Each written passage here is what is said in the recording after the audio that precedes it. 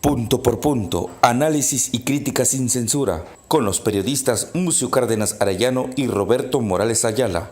Estamos en Punto por punto, análisis y crítica sin censura, con el periodista Mucio Cárdenas Arellano y un servidor, Roberto Morales Ayala.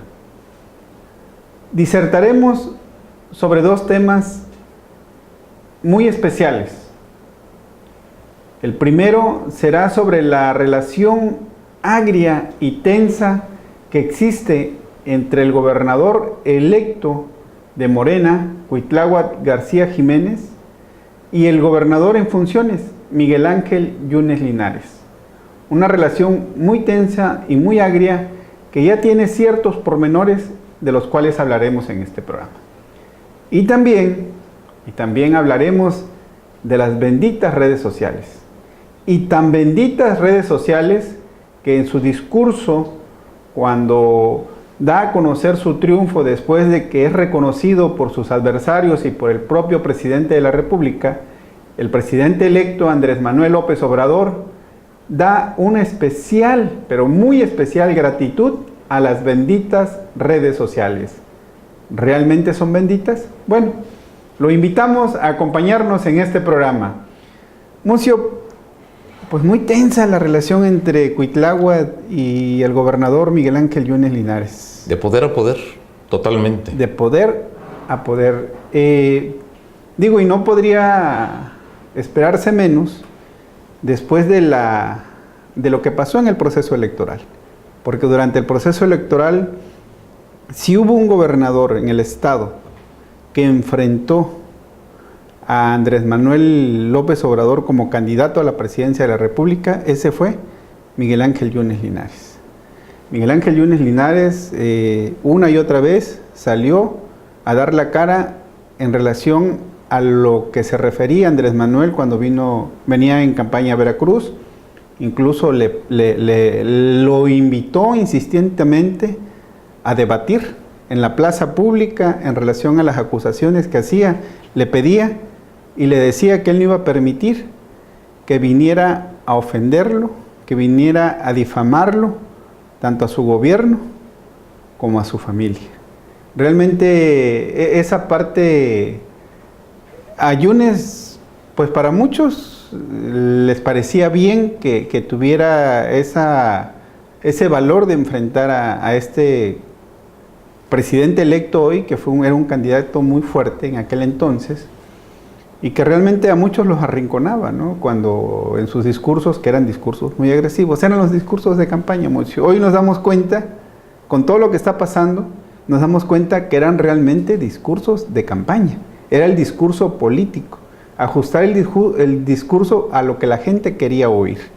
Y en ese sentido, pues también habría que saber que Miguel Ángel Yunes Linares, de alguna manera, estaba en campaña porque el candidato a gobernador, Miguel Ángel Yunes Márquez, pues era su hijo. Entonces, eso es como el contexto de esta situación que se vive hoy. Sí, de hecho, observamos un antes, un después. El candidato eterno, o sea, podemos hablar de un López Obrador que no era candidato a la presidencia en el 2018, sino prácticamente después de la elección del 2000, cuando termina la de Vicente Fox, cuando gana la presidencia el Partido de Acción Nacional, cuando termina el ciclo de Cuauhtémoc Cárdenas, es el momento en que él comienza a despegar y comienza su exposición mediática, utilizando el cargo de jefe de gobierno en el Distrito Federal, la presidencia del Partido de la Revolución Democrática, y hasta desembocar en este personaje muy deteriorado. Recordemos que en la elección del 2017 en Veracruz, el avance de Morena lo frena Miguel Ángel Yunes Linares, los hace perder muchas alcaldías. Sin embargo, en este 2018 llega muy fortalecido López Obrador por las benditas redes sociales, cerrados al principio muchos medios de comunicación, abiertos posteriormente cuando veían que caminaba por ahí. Ahí es donde nos queda la duda o la sospecha de que si el mismo sistema abrió los medios de comunicación a López Obrador, aquellos que estaban cerrados como Televisa, como TV Azteca, los grandes periódicos impresos, los medios nacionales, se fueron abriendo a este personaje. Y en el caso concreto de Veracruz, te decía yo, hay un antes y un después de la elección, hay todo un proceso en el cual está muy posicionado López Obrador, fortalece a Cuitláhuac García, lo hemos mencionado ya en otras ocasiones en ese espacio. No es Cuitláhuac García el que consigue 1.667.000 votos, es López Obrador realmente. Hay muchos rincones del estado de Veracruz que no conocen a Cuitláhuac García, pero López Obrador fue el gran motor de esta elección. ¿A dónde lleva a los candidatos? Al 5 de 5. Se dudaba que pudiera haber esa diferenciación en el voto, y sin embargo, López Obrador lo logra. ¿A dónde nos lleva? En un momento veré el después de eso. ¿Qué va a pasar después de todo lo que ocurrió? Vino la elección, pierde la elección el hijo de Miguel Ángel Yunes Linares, y hoy vamos a ver qué es lo que viene en ese después. Sí, y pierde, pero no pierde por un margen tan alto. Yo he escuchado mucho que muchas personas, muchos analistas incluso, dan por muertos políticamente a la familia Yunes Linares, Yunes Márquez, que es compuesta por el actual gobernador, su hijo que fue candidato, Miguel Ángel Yunes Márquez, y su otro hijo que también fue senador, Fernando Yunes, que hoy actualmente es alcalde del puerto de Veracruz, una de las ciudades más importantes en el estado y con alta prominencia en estos días, con ciertas obras que van a disparar el puerto. Muchos dicen que ya hasta ahí se acabó la carrera de los Yunes. No es así. Realmente estos dos jóvenes tienen peso político propio, han ganado elecciones, aun cuando su papá era perseguido políticamente por Fidel Herrera y Javier Duarte. No se puede dejar de lado esa campaña nacional e internacional que hubo en contra de Yunes Linares, involucrado en un caso de pederastia por la periodista Lidia Cacho, que hizo una investigación, pero que fue también utilizado para enderezar una guerra sucia tremenda, brutal en contra de Yunes Linares, y sin embargo llega a ocupar la gubernatura del estado, gana por un amplio margen. En ese trayecto posiciona a su hijo para ser el candidato a gobernador dentro del PAN. Y los números, pues no podemos decir que tuvieron malos números, tuvieron muy buenos números, y creo que no terminan, quizás no tienen la gubernatura como lo habían planeado, porque habría que considerar que hay un resentimiento social muy fuerte que pues se reflejó en las urnas. Realmente el pueblo creyó o cree, porque todavía habrá que verlo, que realmente Andrés Manuel López Obrador es la esperanza para que se acabe la corrupción. Y bueno, esos son los factores, algunos de los factores que influyeron. Pero realmente yo no pienso que estén acabados. Yo creo que de esta elección, cuando menos en Veracruz, salen fortalecidos. Mira, Roberto, los números no mienten. Las matemáticas son frías. Un candidato que obtiene casi 1,5 millones de votos, candidato competitivo. Cuitláhuac García obtiene 1.667.000 votos. Miguel Ángel Yunes Márquez 1.445.000. Es el candidato panista mejor votado en la historia de Veracruz, por encima de Miguel Ángel Yunes Márquez. Solo, absolutamente solo. De Yunes Linares, ¿no? De Yunes Linares, perdón.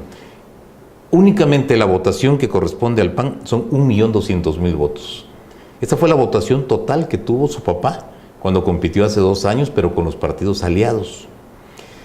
Si nos vamos a los números, podremos también establecer que Cuitláhuac García tiene 1.667.000, pero está por debajo de lo que ganaron, de los votos obtenidos por Rocío Nale y por Ricardo Agüed, los 2 candidatos de Morena al Senado de la República. Es decir, tienen más votación los candidatos a senadores que el candidato a la gubernatura por el propio partido Morena. Si vemos si hay en ese después una merma en cuanto a poder por parte de los Yunes, yo no lo creo, y no solamente los Yunes, el PAN en general falló en algunos lugares, ¿sí? En Córdoba, por ejemplo, en Orizaba, en algunas partes del norte del estado, sobre todo en el sur de Veracruz, donde prácticamente fue barrido. La mitad del estado de Veracruz hacia el sur es totalmente morena, pero los números siguen siendo fuertes, consistentes. Habrá algunos agentes panistas, como Víctor Serralde, por ejemplo, exdiputado por Huatusco, que quieren disputar hoy la dirigencia del partido. Habrá algunos grupos antagonistas de los Yunes que están tratando de cuestionar, pero el grupo más importante que hay en este momento en el PAN, que es el de Julen Rementería, quien va a ser senador de la República por ser primera minoría, está respaldando este proyecto para mantenerse cohesionados. La cuestión es esta: dentro de 3 años, cuando haya renovación de Congreso Federal, Congreso del Estado y alcaldías, ¿cómo va a llegar Morena a ese proceso? ¿Qué tanto lo va a desgastar el poder con Cuitláhuac, con el mismo Andrés Manuel, quien ya no va a estar en la boleta? Y que en ese momento veremos cómo quedan las fuerzas, si se mantiene cohesionado el PAN, qué tanto daño le puede hacer a Morena. Habrá que verlo. Ahora me quedaba una imagen de precisamente durante el proceso electoral, cuando en un video Yunes Linares, con el calor jarocho, se refiere a Andrés Manuel López Obrador como loco.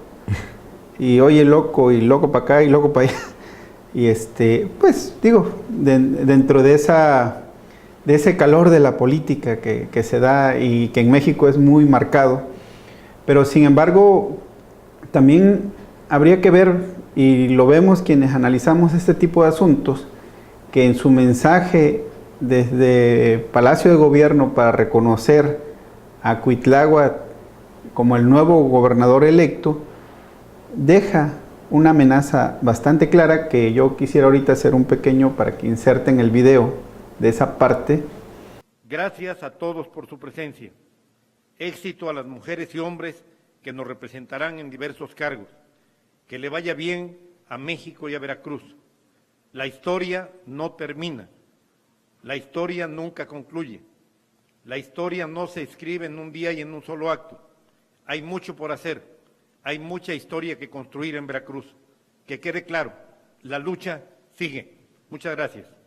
Y ahí podemos ver mucho claramente donde él menciona que quede claro, la lucha sigue. Así Entonces, es. habrá que estar muy atento, porque realmente Yunes Linares es ave de tempestades. Es un político polémico que ha estado metido en adversidades y ha salido avante. Será interesante observarlo, porque hoy, como nunca, creo que tiene enemigos poderosísimos. Sí, ahí habría que ver hasta dónde en la entrega del poder hubo algún acuerdo que obviamente no va a reconocer ni Miguel Ángel Yunes Linares, ni el propio Cuitláhuac García, ni tampoco Andrés Manuel López Obrador. Pero es una entrega de poder demasiado tersa, cuando pudo haber forzado la votación, cuando pudo haber acercado más. Veíamos esas cifras, esa distancia que había entre Cuitláhuac García y Miguel Ángel Yunes Márquez, que se empezó a reducir y que por momentos llegó a estar a 3.8 puntos de distancia, que si hubiera quedado en un 1% hubieran tenido que ir a un recuento total de votos y se hubiera judicializado. Contrario a lo que muchos suponían, Miguel Ángel Yunes Márquez reconoce, y Miguel Ángel Yunes Márquez primero lo hace en una intervención pública, después, una vez que ya el organismo público electoral lo determina que es Cuitláhuac García el gobernador electo, Miguel Ángel Yunes Linares, el gobernador, le da una cordial felicitación, así lo dice, cordial felicitación, pero al final viene esa frase, que es donde yo creo que va a haber un choque de trenes más adelante, que Cuitláhuac García lo va a tratar de golpear, le va a tratar de cuestionar su gobierno, que va a encontrar por ahí algunos cabos sueltos con los cuales pueda golpear con acusaciones de corrupción, por supuesto. ¿Qué trae Miguel Ángel Yunes Márquez también contra Cuitláhuac García? Recursos que pudieron haber ido a parar a la campaña de manera ilegal, como ocurre en todas las campañas. Hay información que quizá, y que alguna ya empieza por ahí a conocerse, quizá pueda ser lo que va a neutralizar esta toma de poder, por un lado, de Morena, contra un enemigo que estuvo en el poder, pero que se van a reencontrar dentro de 3 años. Yo creo que ese es el después, lo que viene, y esa frase de la lucha sigue, la dijo Miguel Ángel Yunes Márquez en sus redes sociales, la repite Miguel Ángel Yunes Linares, su padre, en el momento en que le da la felicitación y reconoce el triunfo de Cuitláhuac García, y la retoma Fernando Yunes en los mensajes que han estado corriendo en redes sociales. Los panistas lo interpretan. Al día siguiente de la elección, de que se sabe el resultado de ella, el 2 de julio, ese día comienza la campaña de los Yunes para tratar de recuperar el poder a través de alcaldías, a través de Congreso Federal y Congreso Estatal, dentro de 3 años en el proceso electoral del 2021.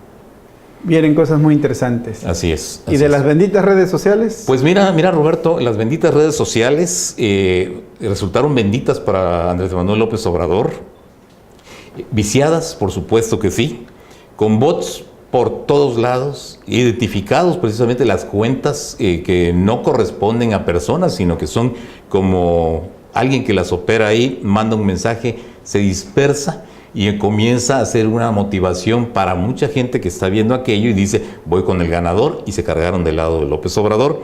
Le benefició, como en su momento a Barack Obama en Estados Unidos, que llega con todo el apoyo de los jóvenes a través de las redes sociales, ese fue el motor. Aquí se repitió. El mismo López Obrador, que siempre había sido repudiado en los medios de comunicación, lo golpearon, lo denostaron, le realizaron guerra sucia, sirvió la televisión para eso, sirvió la radio, sirvieron los medios impresos, encontró un nicho, fue el nicho de la comunicación, donde vació un mensaje para los campesinos, aunque fuera contrario a los empresarios, y un mensaje para los empresarios, aunque fuera contrario para los campesinos. A cada quien le dio lo que quería escuchar. Y finalmente eso hizo crecer las posibilidades. ¿A qué nos podríamos remitir con las redes sociales? Aquella primavera musulmana, cuando un usuario de Twitter comienza a inconformarse en Egipto y arma una revolución completa. ¿Fue espontáneo? No fue espontáneo. Estaba preparado para que así fuera y tumbaron un gobierno. Pero en el momento en que ese gobierno hace surgir a una nueva corriente, los hermanos musulmanes, llegan los militares, los deponen, y se quedan otra vez. Ese sistema que ya prevalecía, ahí estaba. El sistema tiene la capacidad para subir un candidato, bajarlo, y en el momento que pueda ser incontrolable, sepultarlo totalmente. Lo pueden desbaratar, destrozar. Eso es lo que vemos a través de las redes sociales. Suben a un candidato y lo pueden bajar en el momento que quieran. Hoy que vemos una desmitificación de las propuestas de Andrés Manuel López Obrador, hoy algunas reformas estructurales se quedan, como la de telecomunicaciones, cuando él decía que iba a acabar con todas las reformas. Pero bueno, es un tema muy, muy amplio en cuanto a ese uso de las redes, que veremos qué impacto va a tener ahora que viene ya el después de la elección y qué va a suceder de aquí a la toma de posesión. Sí, bastante interesante, Mucio. Las redes sociales pueden ser tan fulminantes para derribar o para destruir la imagen de una persona, como fugaces también, como pueden ser pasajeros los golpes. A mí me gustaría ahorita insertar un poco la gratitud que hace Andrés Manuel López Obrador cuando da su discurso allá en la Ciudad de México, pues ya reconocido por el presidente de la República.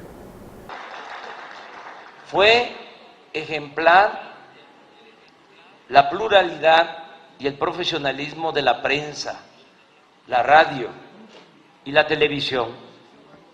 Los medios de información no fueron, como en otras ocasiones, correas de transmisión para la guerra sucia. También mi gratitud a las benditas redes sociales.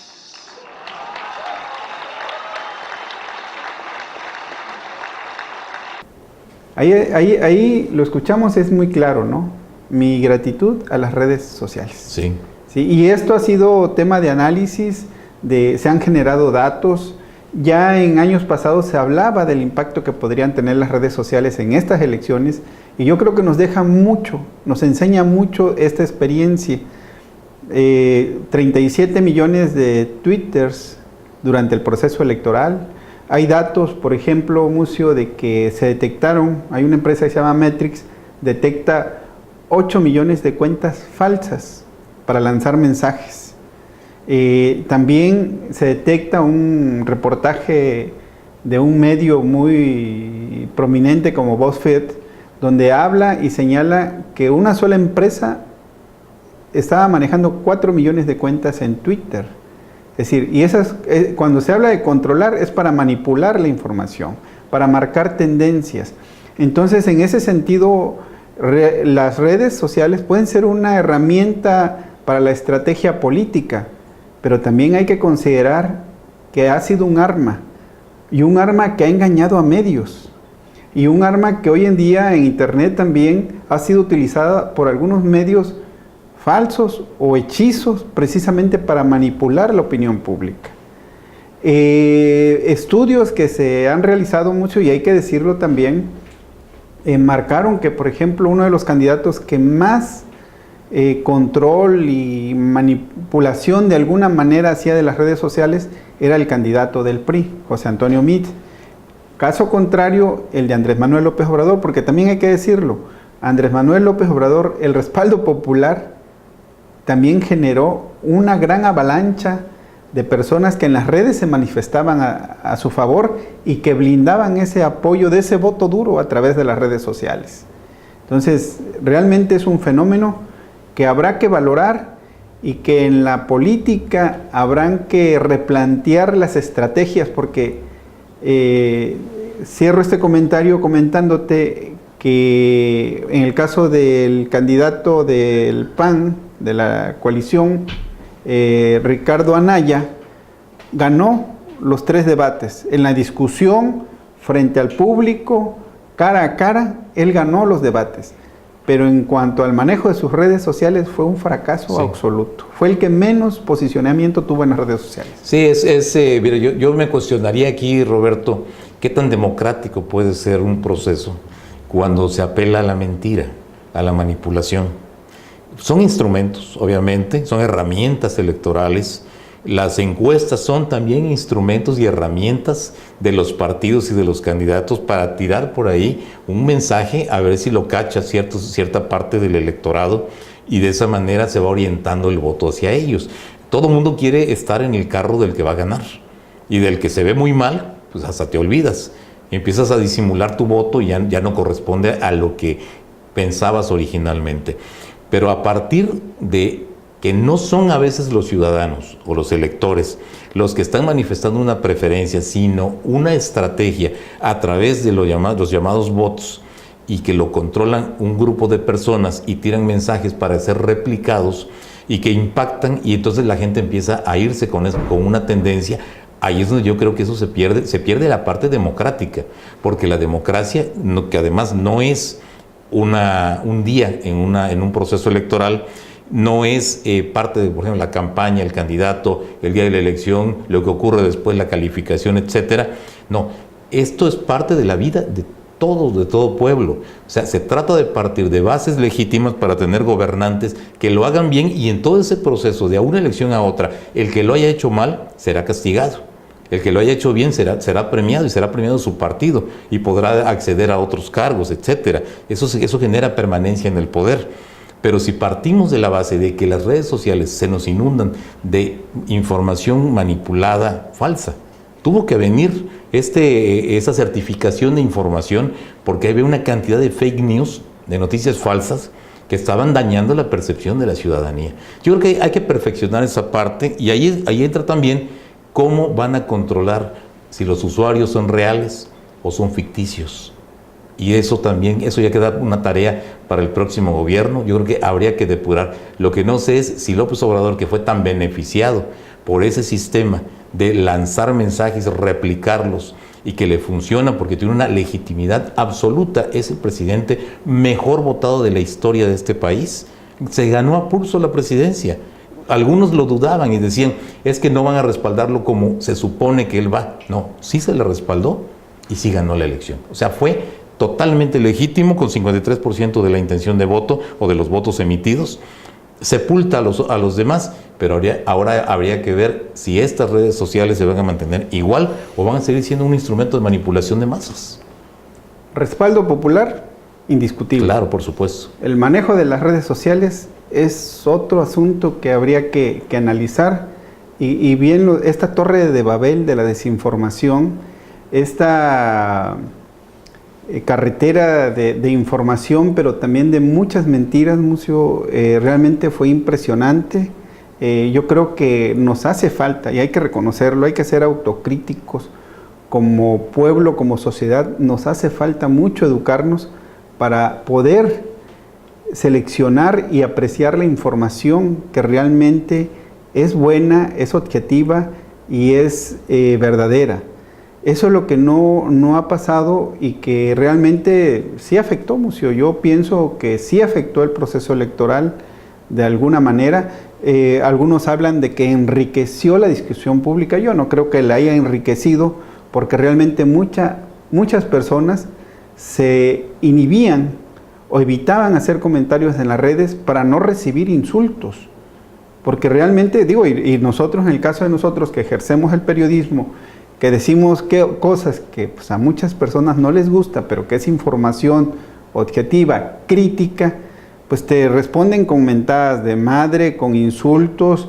Hasta amenazas. Amenazas. Y yo digo, finalmente nosotros sabemos que es parte, ya en estos tiempos de estas redes sociales, con tanta libertad de que cualquier persona pueda emitir una opinión solamente porque le afecta o no le gusta y contesten de esa manera, pues nosotros lo sabemos, pero muchas personas evitaban tocar los temas.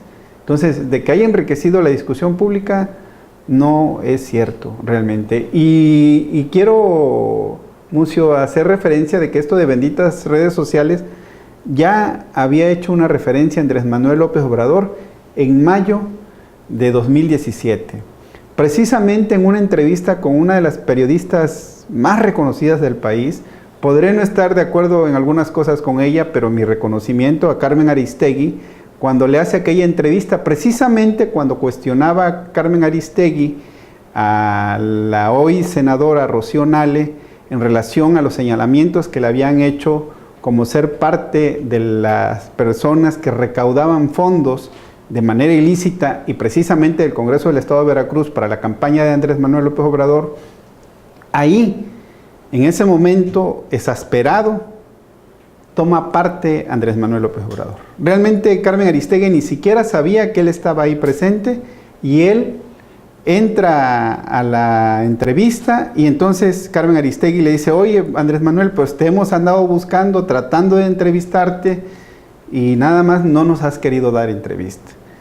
Andrés Manuel López Obrador le menciona ahí que antes los candidatos tenían que rogarle a los medios de comunicación para lograr ser entrevistados. Y eso es cierto.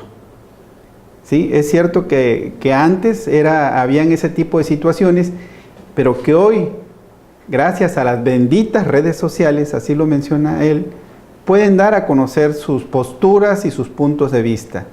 Y eso también es cierto. Le dice Carmen Aristegui: bueno, pero ahora es diferente. Ahora los periodistas tenemos que andar rogándole a los candidatos para que nos den una entrevista. Y él hace alusión a que incluso los periodistas muy independientes se negaban a darle entrevista a los líderes sociales, como el caso de Andrés Manuel, cosa que la verdad yo nunca lo he visto de esa manera. Pero aparte la trata de mirona profesional. Así ese trato le da a Carmen Aristegui, mirona profesional.